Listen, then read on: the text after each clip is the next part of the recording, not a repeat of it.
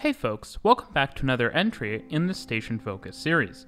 We're closing in on completing the stations on the Toronto-York Spadina subway extension of the TTC subway system, and today we'll take you to the second last station on this stretch of the line, Finch West.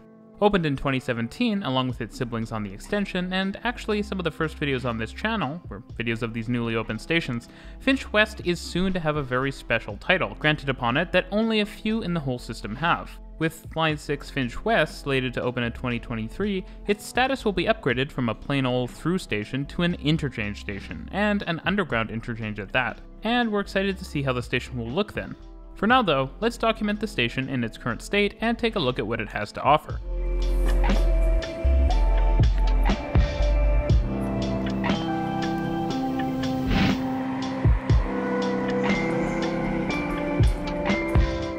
If you haven't already, consider subscribing to the channel and hitting the bell icon so you get notifications whenever a video goes live.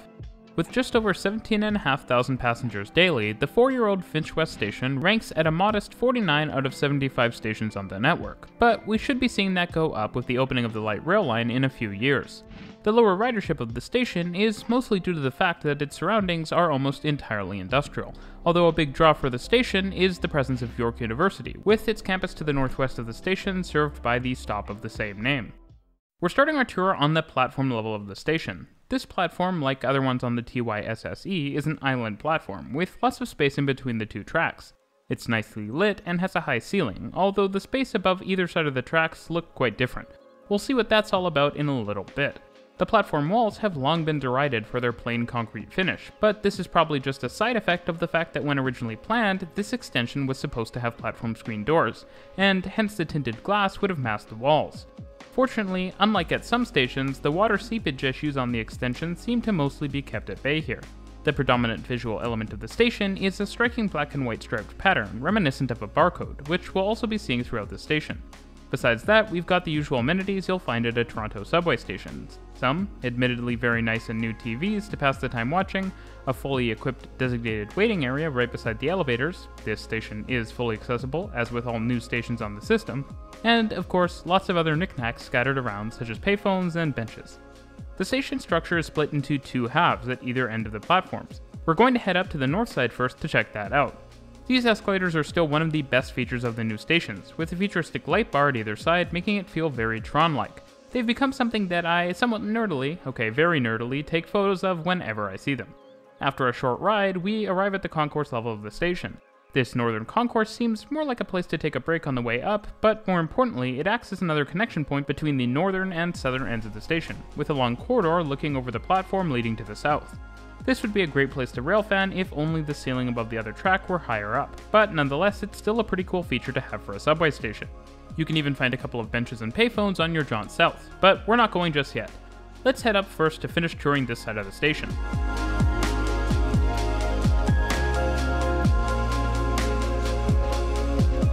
The northern station entrance is definitely the more notable one, at least at first glance, with a much larger on-street presence as we'll see compared to the southern entrance.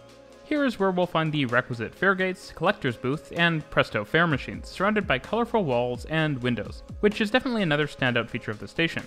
With the station being located at a major intersection, it's served by a handful of TTC bus routes, and most of these come into the station to serve the integrated bus loop at the east of the North Station building, which is minimal yet still accessible inside of the fare gates. I really enjoy the design of these platforms. The overhead weather protection isn't too overpowering and shadowy, like the roof overhangs you'd find at a station like Finch, for example, and these ones are really well lit at night. There's also lots of room for passengers to wait here.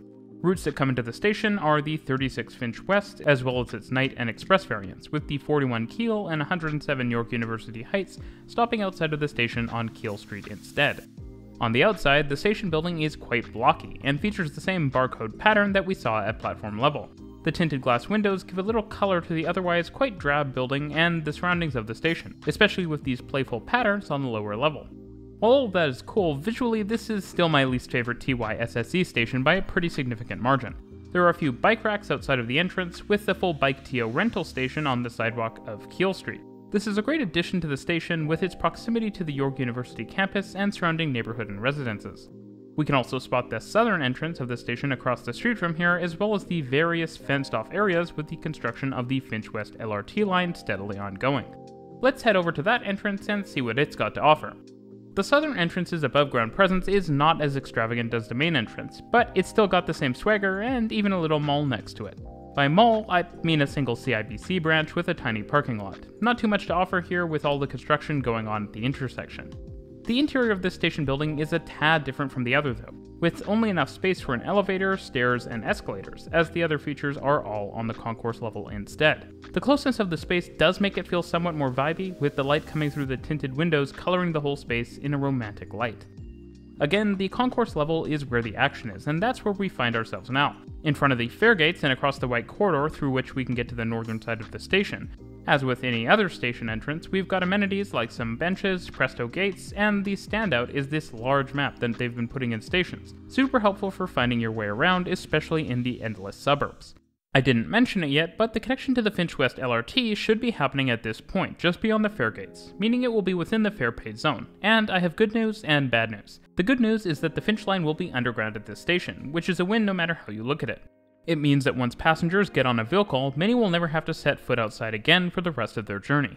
The bad news though, it's not a great connection, especially given the station was designed to have it.